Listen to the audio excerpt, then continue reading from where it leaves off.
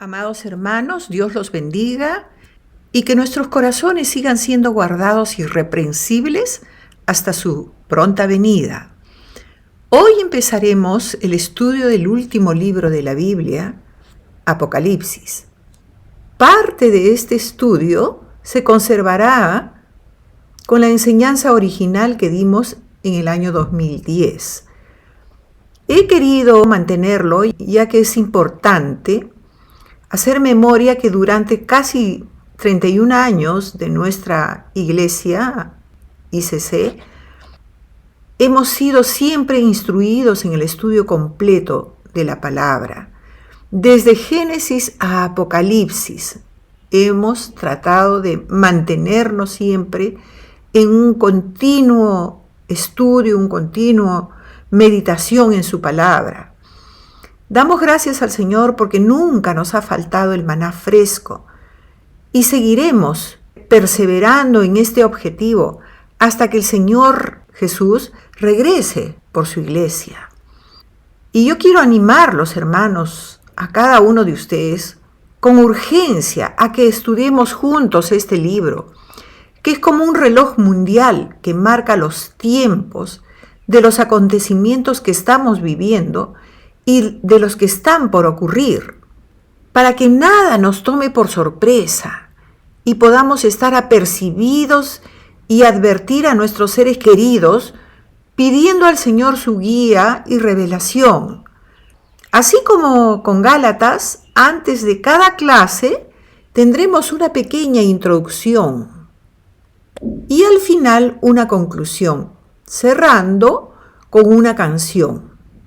En esta oportunidad vamos a considerar a nuestro hermano Luis Jiménez, anciano de la iglesia y siervo fiel, amante y conocedor y celoso de la palabra de Dios, lo cual estoy segura que será de mucha bendición para todos nosotros. Entonces, hermanos, hoy día, último miércoles del mes de noviembre de 2020, iniciamos nuestro estudio. Empezaremos con las 4 primeras características de este libro. El autor de este precioso libro es Juan. Se identifica 4 veces como el autor. Se centra más en la eternidad pasada. Ese es su estilo, por decir. Más que otro escritor, él se caracteriza por eso.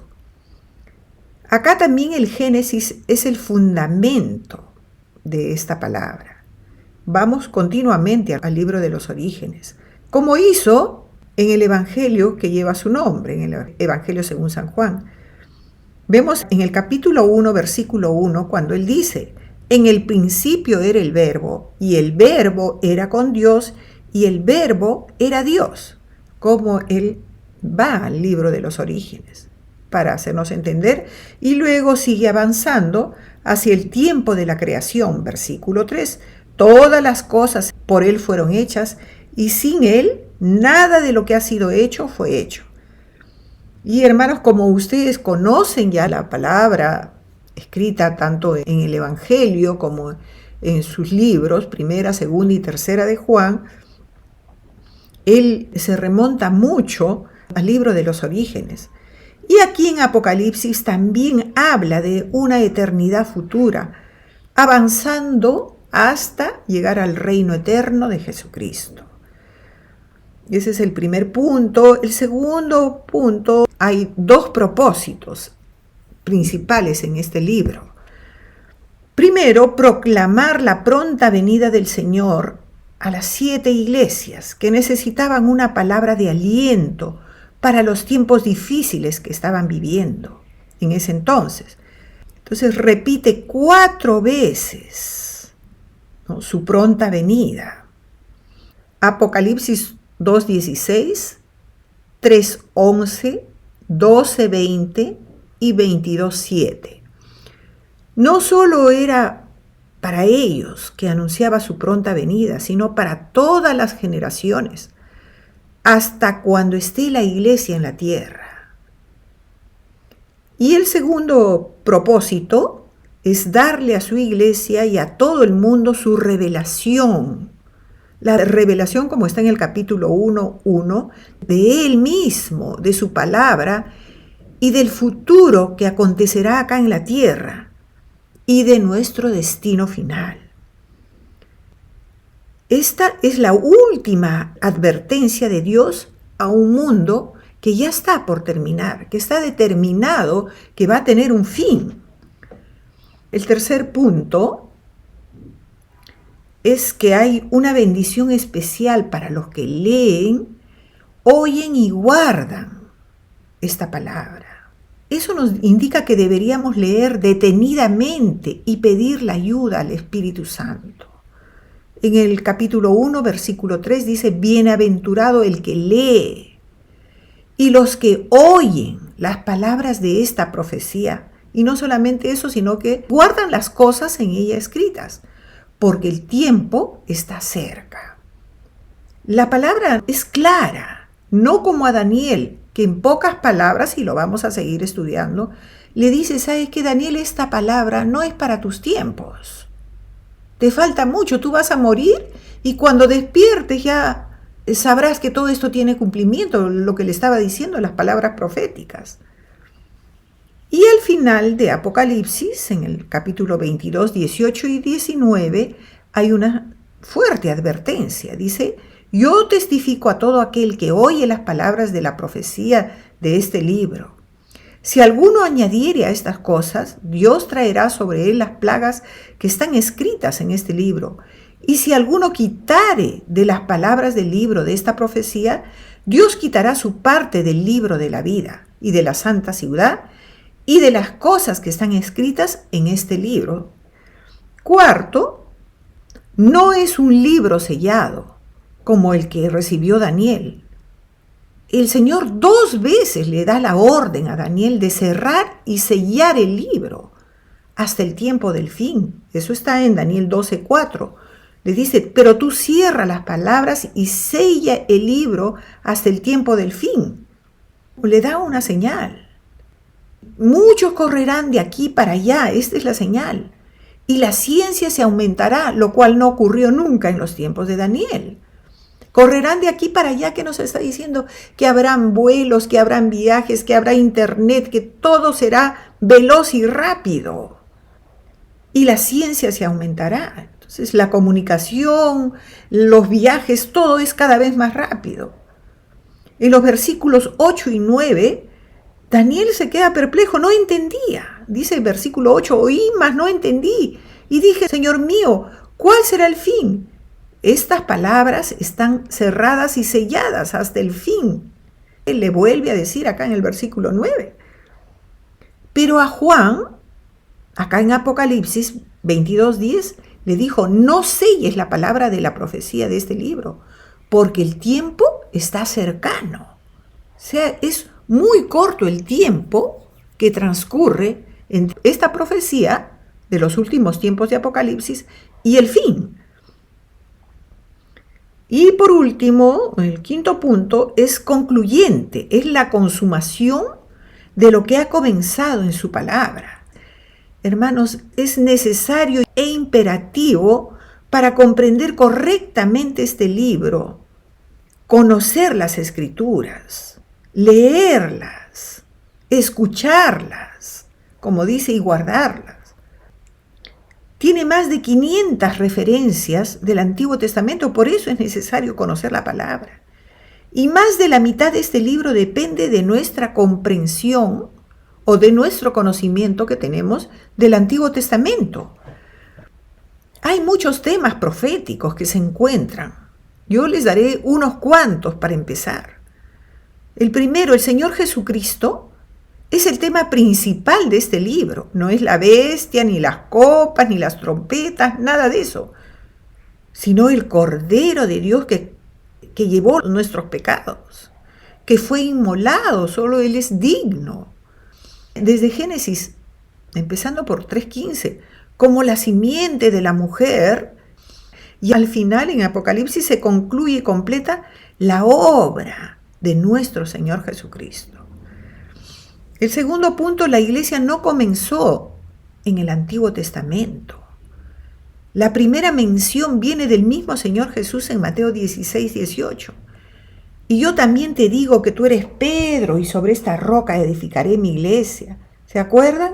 Y las puertas del Hades no prevalecerán contra ella. Está hablando de su iglesia. El acontecimiento más grande celebrado al final es la unión de Cristo con su iglesia, acá en Apocalipsis. Estarán presentes todos los que están en el cielo. Será algo nunca visto, donde Él mismo ha preparado ese banquete y nos espera. Y por primera vez estaremos ahí con Él, en esa cena grandiosa que Él ha planeado para con su novia, con la esposa. No imaginable, hermanos, mi mente finita no alcanza a imaginar. Él mismo la llama en Apocalipsis 19, 9, la gran cena de las bodas del Cordero. Estará toda la iglesia de todos los tiempos y edades. Y los redimidos, todos los ángeles, los querubines, todos estarán alrededor celebrando este banquete. ¿Se acuerdan cuando el Señor celebró la última cena? ¡Cuánto he anhelado! Y ahí el Señor nos espera, anhelante a la novia, a la esposa, cuando estemos ahí para celebrar esta gran fiesta. Tercero, trata de la resurrección y el arrebatamiento de los santos, como está escrito en Daniel, en Juan 14, en 1 Tesalonicenses, en 1 Corintios capítulo 15 y muchos pasajes que veremos más adelante. Cuarto, trata de la gran tribulación y el destino de Israel en esos tiempos. Apocalipsis 7, de Israel, de los creyentes. 5. Satanás y el mal. También estudiaremos. ¿Dónde comenzó? Fue un ángel lleno de luz y poder, el más hermoso. Eso lo encontramos en Ezequiel 28, que lo trataremos más adelante. Sexto, trata del hombre de pecado, del anticristo, también mencionado en Ezequiel 28, en Daniel. Su aparición está en Apocalipsis 13. Y su segundo personaje, el falso profeta, también en Apocalipsis 13. 7. Trata de la trayectoria y el fin de los apóstates, que ha sido ya profetizado en Mateo 13 y en Daniel. En el capítulo 14 habla de la destrucción del imperio religioso. En el capítulo 17 de Apocalipsis también. 8. El comienzo y desarrollo del fin del tiempo de los gentiles. Cómo Jerusalén será hollada por los gentiles hasta que los tiempos de los gentiles se cumplan. El triunfo final sobre la maldad en el capítulo 10 de Apocalipsis. Y cómo Israel se vuelve a su Dios. Capítulo 11. 9. La segunda venida de Cristo. Una descripción detallada y la preparación para el juicio en el capítulo 15. 10. La victoria del Cordero está asegurada. Los redimidos estarán con Jesús. El Evangelio será predicado en la tierra. Hermanos, y así como Él lo ha dicho, así será. Su ubicación final de Apocalipsis en el Nuevo Testamento tiene un justo lugar. Porque así como Jesús comienza los 4 evangelios que relatan su venida y su ministerio, finaliza su segunda venida, aquí en el capítulo 21 y 22. Hermanos, amados, confío con la ayuda del Espíritu Santo comunicar la importancia de este libro profético. Estoy con una gran expectativa de lo que nuestro Dios hablará a nuestras vidas en estos próximos capítulos. Les recuerdo, hermanos, que deberíamos leer este libro para podernos familiarizar y entender mejor lo que Dios quiere hablarnos en este próximo estudio. Y vamos a empezar con la introducción al libro de Apocalipsis. empieza con una pregunta: ¿por qué deberíamos estudiar el Apocalipsis? Y vamos a responder: porque es la revelación de Jesucristo, son las verdades acerca de Cristo. Como dice en el capítulo 1, versículo 1, la revelación de Jesucristo que Dios le dio, que quede bien claro esto, ¿no? Que Dios le dio para manifestar a quienes, a sus siervos, las cosas que deben suceder pronto, y la declaró enviándola por medio de su ángel a su siervo Juan. Y con eso empezamos la introducción. El libro de Apocalipsis son las revelaciones de las verdades del Cristo que estaban ocultas. Y no solo es una rica fuente de verdades sobre lo que va a acontecer sobre los últimos tiempos o los postreros tiempos, sino que ofrecen detalles minuciosos y preciosos. Y dentro de ellos he podido sacar, como les digo, un poquito.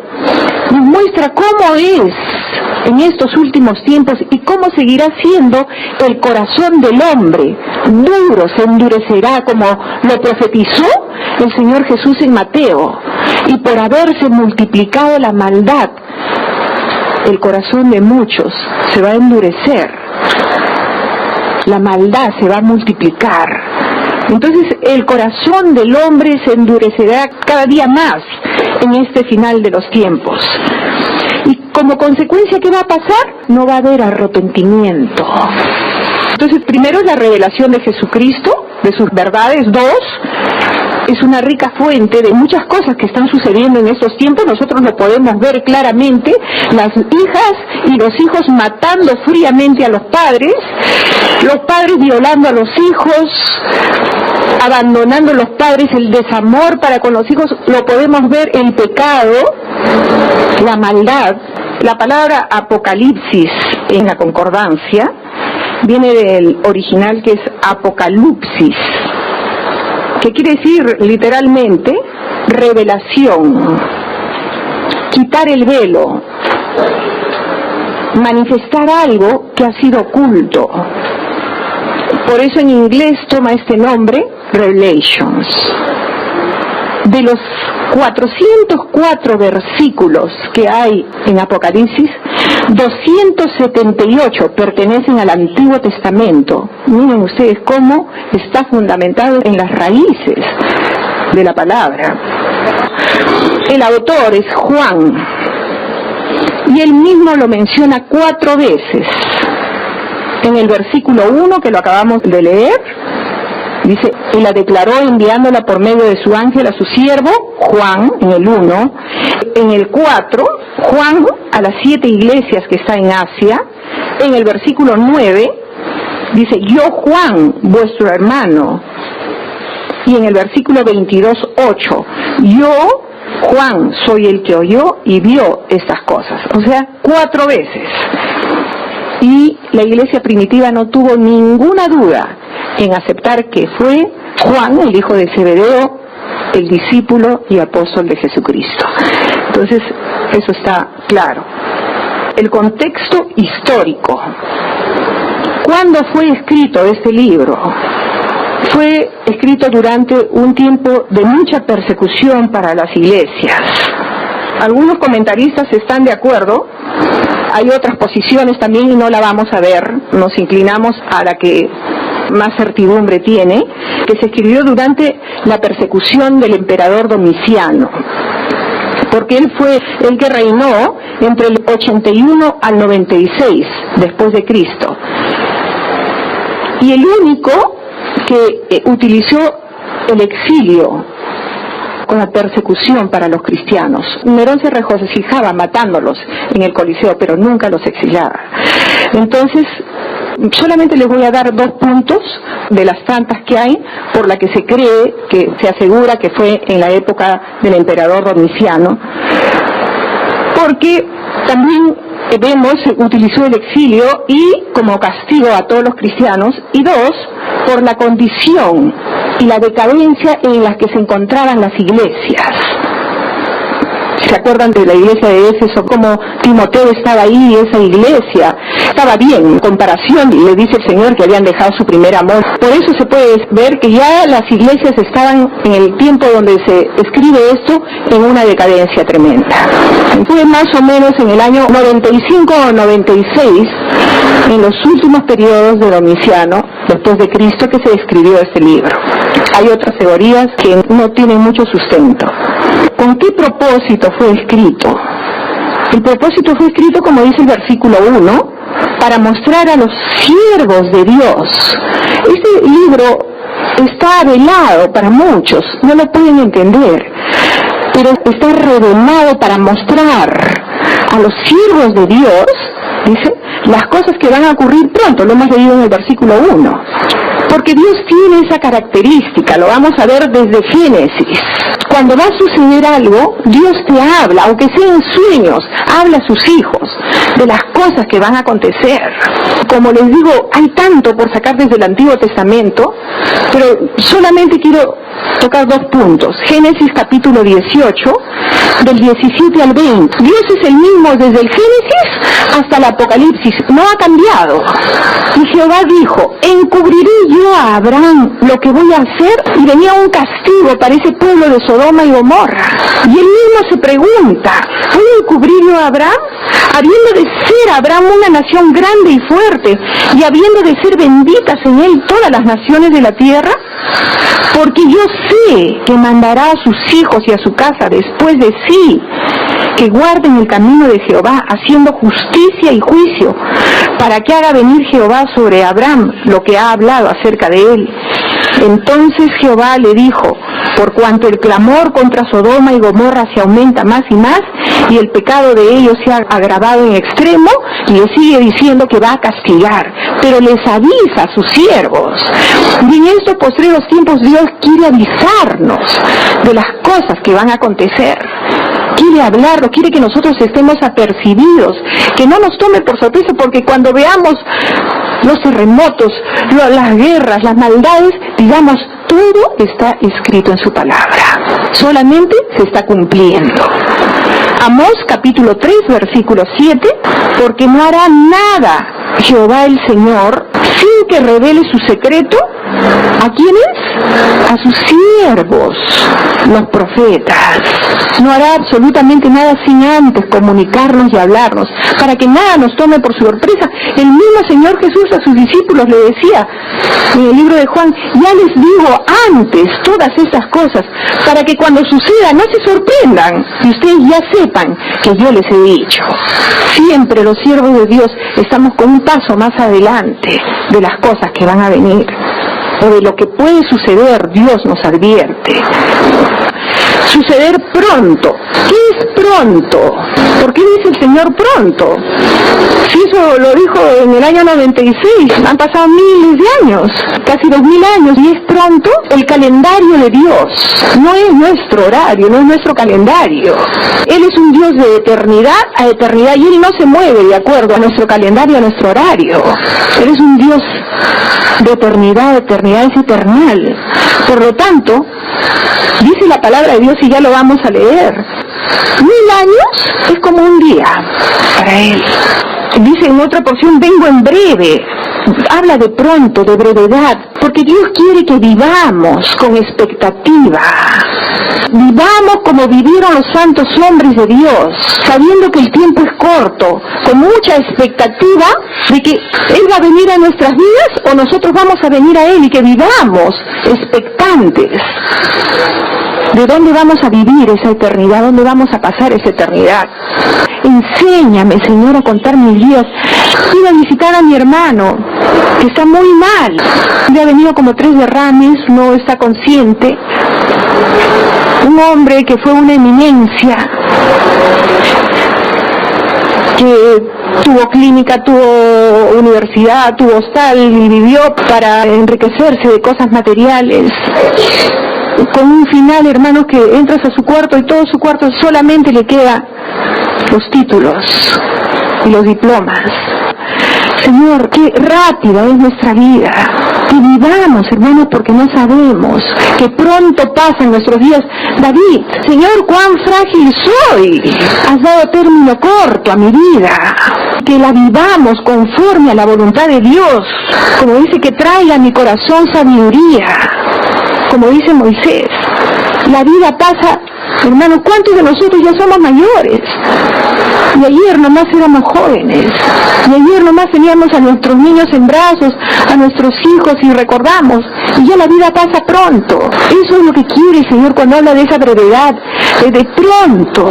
Para Él, los 2000 años que están pasando son 2 días. Y para nosotros, en la edad que tenemos, se nos pasó como un pensamiento, como un sueño. Como una de las vigilias de la noche, como dice. Que el Señor nos ayude cuando Él habla de esa prontitud. Cuando menos nos damos cuenta, ya estamos mayores. Apocalipsis es un libro dedicado, tiene una dedicación especial.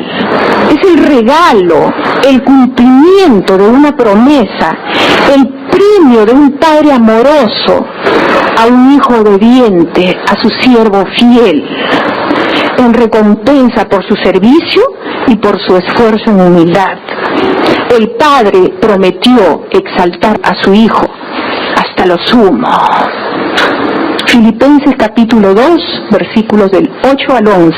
Y esa promesa, hermanos, no solamente es para Jesús, sino para todos aquellos que seguimos las pisadas. Dios tiene galardones, Dios tiene premios especiales para ustedes y para mí. Como dice en Juan 12, dice, si tú me sigues, si tú obedeces, mi Padre te va a honrar, así como me ha honrado. Él prometió que donde Cristo estuviera, nosotros también vamos a estar, vamos a gozarnos y vamos a participar con Jesús. Mateo 19, versículos del 27 al 29, Pedro le responde, cuando el Señor les habla que el rico no puede entrar al reino de Dios, que es muy difícil, en fin, Pedro le dice, y nosotros que lo hemos dejado todo y te hemos seguido, ¿qué pues tendremos? Y Jesús les dijo, de cierto os digo, que en la regeneración, cuando el Hijo del Hombre se siente en el trono de su gloria, vosotros que me habéis seguido también os sentaréis sobre 12 tronos, para juzgar a las 12 tribus de Israel. Y cualquiera que haya dejado casas, o hermanos, o hermanas, o padre, o madre, o mujer, o hijos, o tierras por mi nombre, recibirá 100 veces más, y heredará la vida eterna. Hay un premio especial. Y si decimos que dejen, no quiere decir que ahora ustedes van a abandonar a sus maridos, a sus hijos, a sus casas. No estamos hablando de eso. Que en tu corazón tú le has dado el primer lugar a Dios. Y después viene todo. Significa que vamos a tener un lugar precioso ahí en la presencia de Dios, en el cielo.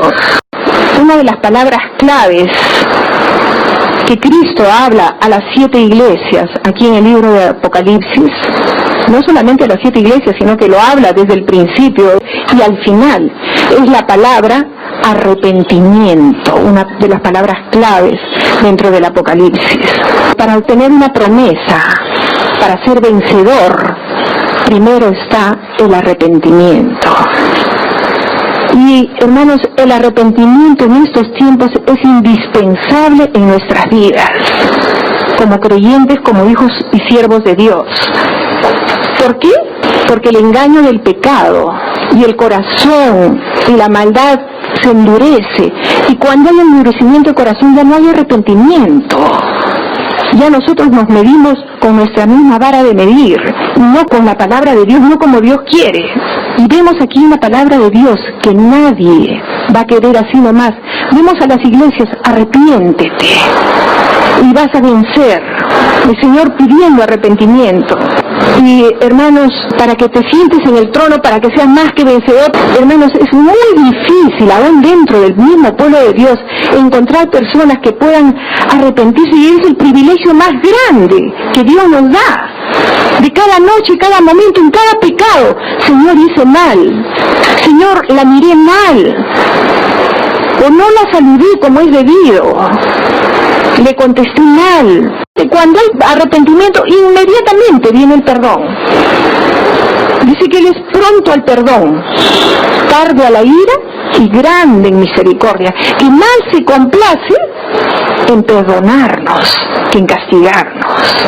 En esos postreros tiempos, hermanos, nos paramos y no, yo no he hecho mal, y uno trata de llevar a la persona al arrepentimiento, pero hermanos, no cedemos, no dejamos la posibilidad de decir, Señor, tal vez me he equivocado, ayúdame, perdóname si he hecho mal.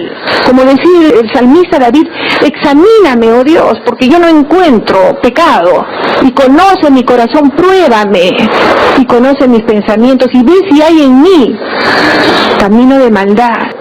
Apocalipsis 9, versículos 5 y 6. Y les fue dado no que los matasen, sino que los atormentasen 5 meses. Y su tormento era como tormento de escorpión cuando hiere al hombre. Y en aquellos días los hombres buscarán la muerte, pero no la hallarán, y ansiarán morir, pero la muerte huirá de ellos. Versículos 20 y 21. Y los otros hombres que no fueron muertos con estas plagas, ni aún así se arrepintieron de las obras de sus manos. Qué triste, hermanos. Dios los separó dándole una oportunidad en esos postreros tiempos para que se arrepientan. Pero ni aún así se arrepintieron de la obra de sus manos, ni dejaron de adorar a los demonios y a las imágenes de oro, de plata, de bronce, de piedra, de madera, las cuales no pueden ver, ni oír, ni andar. No se arrepintieron de sus homicidios, ni de sus hechicerías, ni de su fornicación, ni de sus hurtos. No se arrepintieron. Y preferimos morir, y no queremos ver la majestad de Dios. Queremos todo, pero no nos vamos a arrepentir. En esa condición estamos viviendo en estos tiempos, donde la maldad y el pecado está abiertamente. ¿Qué dice el Señor a las iglesias? Arrepiéntete, mira de dónde has caído y arrepiéntete. Vamos a ver a Éfeso. Apocalipsis, capítulo 2, versículo 4 en adelante. Pero tengo contra ti, o sea, le habla de todo su trabajo de amor, que no ha desmayado, de todas sus obras, de su paciencia, pero le dice, pero tengo contra ti una cosa, que has dejado tu primer amor. Hermanos, sí, que Dios nos hable. ¿Cómo estábamos antes cuando recibimos al Señor y cómo estamos ahora? Recuerda, por tanto, de dónde has caído, haz memoria, enternece tu corazón, ponlo delante de Dios, que es el único que dice en Ezequiel, que puede cambiar tu corazón de piedra y darte un corazón tierno como el de Él. Recuerda, por tanto, dónde has caído y arrepiéntete y haz las primeras obras, pues si no, vendré pronto a ti. Esa palabra pronto se repite no sé cuántas veces. Ese pronto es, aunque vivamos 70 años, 80, pronto van a pasar si no vivimos cada día a cuentas con el Señor. Pues si no, vendré pronto a ti y quitaré tu candelero de su lugar, si no te hubieres arrepentido. Fíjense la palabra arrepentimiento. Pero tienes esto, que aborrece las obras de los nicolaitas, que yo también aborrezco. El que tiene oído, oiga lo que el Espíritu dice a las iglesias. Al que venciere, la palabra arrepentimiento y vencer va unida, porque es una promesa. Si tú te arrepientes, vas a ser un vencedor en todas las áreas de tu vida. Al que venciere le daré a comer del árbol de la vida, el cual está en medio del paraíso de Dios. Hermanos, que Dios pueda darnos un corazón tierno, un corazón como el de Él, que podamos escudriñar nuestros corazones y ver de qué tengo que arrepentirme. No necesariamente pecados grandes. Oye, yo no he matado, no he robado, no le he quitado el marido a nadie, o no soy alcohólica, no sé, no necesitamos. Pero hay veces el hecho mismo, hermanos, de no tener una palabra, dice que en estos conocerá el mundo entero, que son mis discípulos, que son mis siervos, que se amen los unos a los otros. Tal vez no le has dado el cariño, el amor necesario a algún hermano, a alguna hermana. Hermanos, que cada mañana al despertar, digamos, Señor, límpiame, dame un corazón como el tuyo, que al acostarme, Señor, haz que todo mi actuar sea conforme a tu voluntad. Enséñame de tal manera a contar mis días, que traiga a mi corazón sabiduría, para que pueda ser un vencedor en todas las áreas. Pedirle al Señor perdón, es la base para todo. Que podamos, hermanos, ser un pueblo que vive delante de su Dios. Dice la palabra en el Salmo 103, como el Padre se compadece compadece de sus hijos, así se compadece Dios de los que le tememos, de los que andamos delante de Él. Concluimos, hermanos, y lo único que podemos ver es cómo el Señor continúa tocando las puertas de nuestros corazones, de su iglesia amada, esperando que nosotros le abramos esas puertas y que tengamos un tiempo con Él. Después de 10 años, Él continúa en ese llamado. ¡Qué amor tan grande! Como le dice a su última iglesia en la Odisea: te crees rico y no sabes que eres un desventurado, miserable, pobre, ciego y desnudo. Y le dice: yo te aconsejo que de mí compres. Cuando dice comprar, nos está hablando de pagar un precio. No es fácil, hermanos, negarse a sí mismo. Le está diciendo a esta última iglesia de la Odisea. Si queremos ser sus siervos, sus discípulos, tenemos que negarnos a nosotros mismos, tomar nuestra cruz y seguirlo. Sigue diciendo que de mí compres oro refinado para que seas rico y vestido blanco, para que no se descubra la vergüenza de tu desnudez, y unge tus ojos con colirio para que veas. Le dice a esta última iglesia: arrepiéntete porque estoy a las puertas de tu casa, de tu vida. Él está muy interesado en tener mayor intimidad con nosotros. Y este es un llamado a su iglesia. Lo utilizamos para evangelizar muchas veces, pero es para su iglesia. Él quiere tener una comunión íntima. Él quiere revelarse a nuestras vidas. Porque algo precioso va a suceder cuando Él nos hace sentar en su mesa, como dice la canción, comiendo de su mano.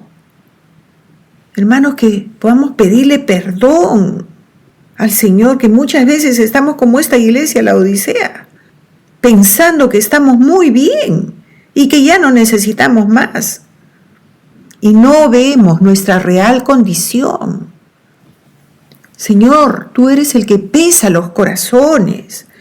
Tú tienes todo apuntado en tus libros. Nuestro andar, nuestro sentar, nuestro levantar, nuestro suspiro, no te es oculto, tú lo sabes todo. Que no seamos como esta iglesia de los últimos tiempos, totalmente engañada, diciendo: Señor, Señor, no hicimos grandes cosas, Señor. Y Él va a decir: no los conozco. ¿Por qué el Señor insiste tanto en que tengamos comunión con Él? Porque Él quiere darse a conocer a sus siervos. Como dicen en Apocalipsis 1:1, la revelación de Jesucristo para manifestar a sus siervos las cosas que sucederán pronto, como ya lo hemos estudiado. Quiere manifestarse a nosotros, a sus hijos, a sus siervos. Quiere darse a conocer, quiere revelarse. La revelación de Jesucristo. Quiere que tengamos una comunión íntima, que le pidamos que venga a nosotros, venga tu reino a nosotros. Veamos esta historia. Lucas 24, versículos del 28 al 31. Dice que Él se les revela cuando estaban caminando después que resucitó.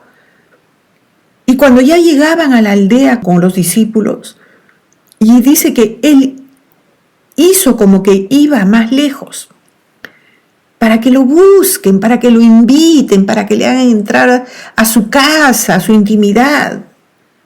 Dice: mas ellos le obligaron a quedarse, diciéndole: quédate con nosotros porque se hace tarde y el día ya ha declinado. Y el Señor, que nunca se niega a todo aquel que le busca, Él se da a conocer. Él está esperando, hermanos, que nosotros le hagamos la invitación. Entró pues a quedarse con ellos. Y cuando estaban sentados a la mesa, ¿qué ocurre cuando tenemos comunión con Él, como Él está pidiendo a esa iglesia? Y nos pide a nosotros, Iglesia Camacho. Dice que se quedó con ellos y cuando estaban sentados a la mesa tomó el pan y lo bendijo y lo partió y les dio.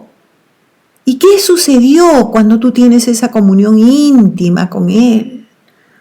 Cuando comes de su mano, entonces le fueron abiertos los ojos. Él se quiere revelar a nuestras vidas. Él quiere darse a conocer. Él dice, yo te enseñaré cosas grandes y ocultas que tú no conoces. Pero nosotros le cerramos la puerta. Estamos tan entretenidos en las cosas del mundo, en nuestros quehaceres.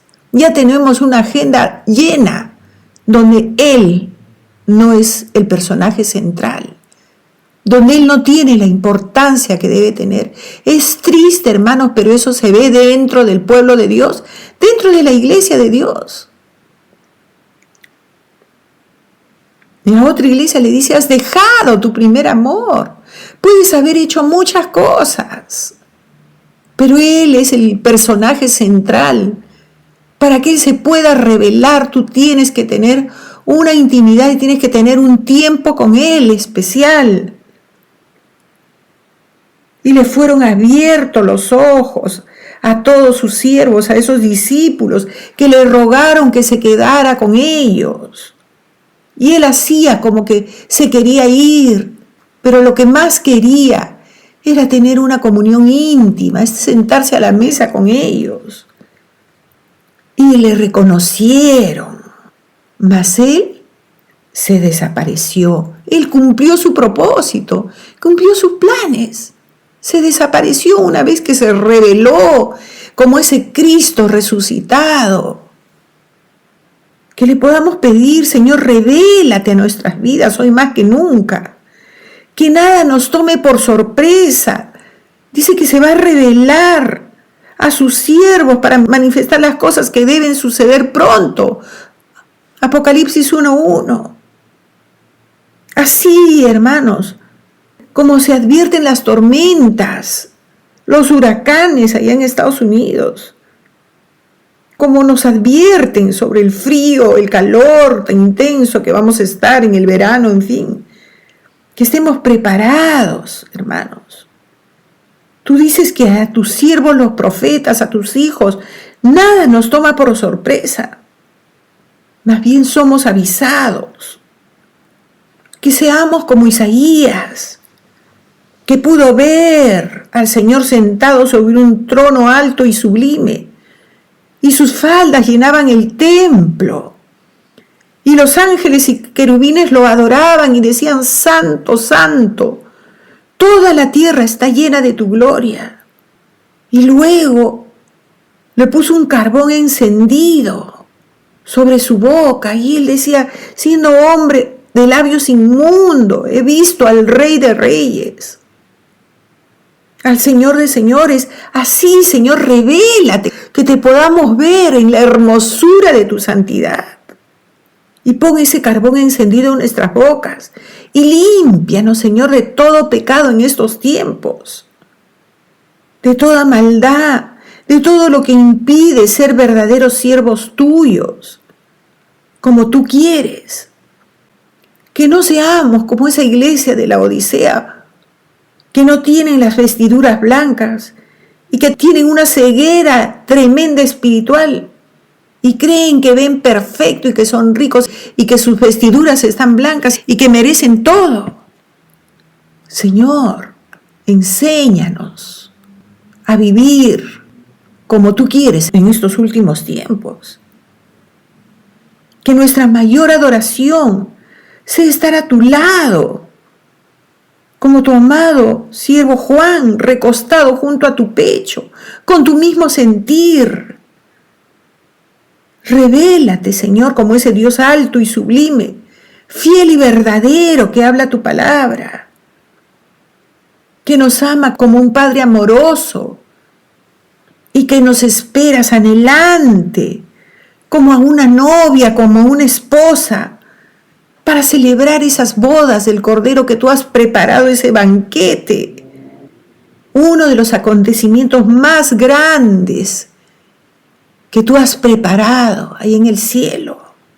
para tu iglesia amada, que tú sabes que acá ya no podemos más, que cómo llegaremos a tu presencia, tristes, hartos de ver tanta maldad, tanto pecado.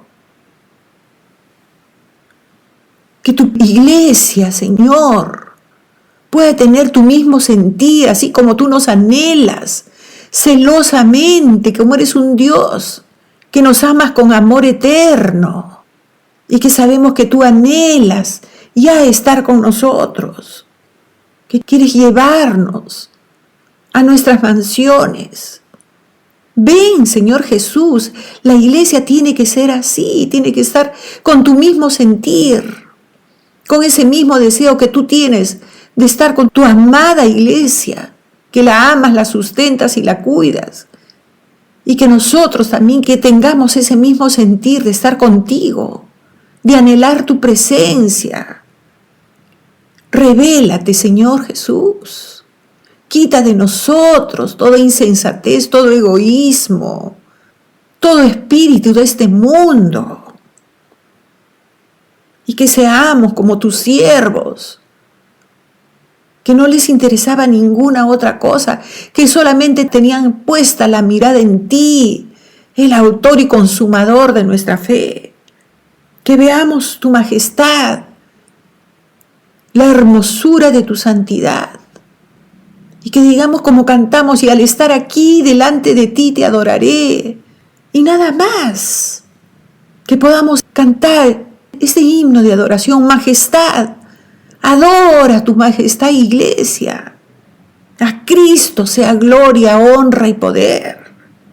Límpianos, danos nuevas vestiduras, como esa novia ataviada. Señor, que así esperemos, anhelantes tu pronta venida. Tú has prometido que nos librarás de la ira venidera. Y lo repites tantas veces. Te adoramos, Señor, te bendecimos. Y queremos entregarnos, abrir las puertas de nuestro corazón, de nuestra vida.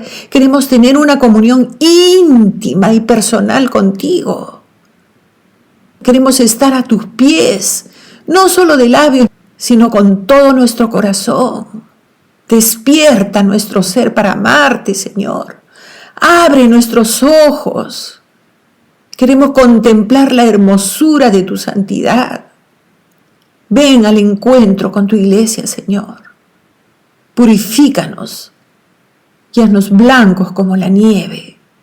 Te adoramos, Señor. Contemplamos tu majestad.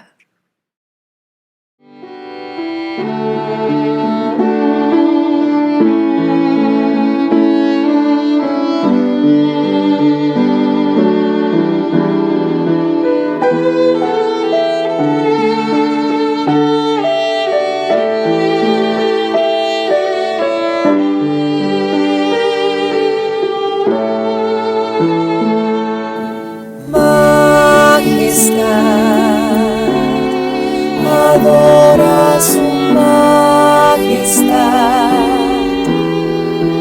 a Cristo sea gloria, honra y poder.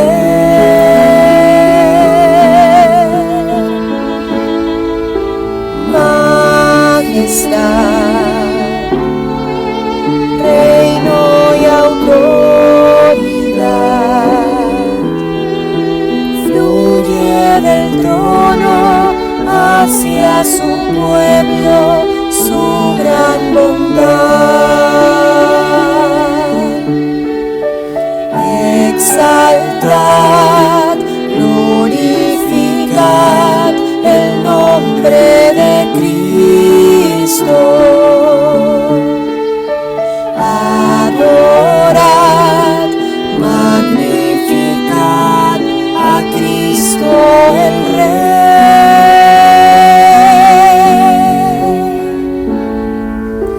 Majestad, adora su majestad.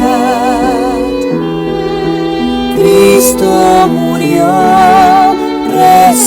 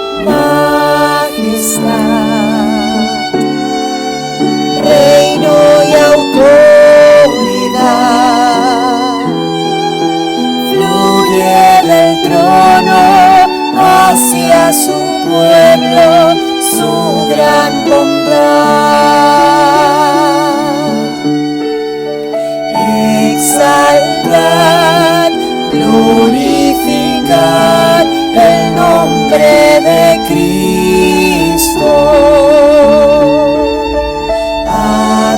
Adorad, magnificad a Cristo el Rey.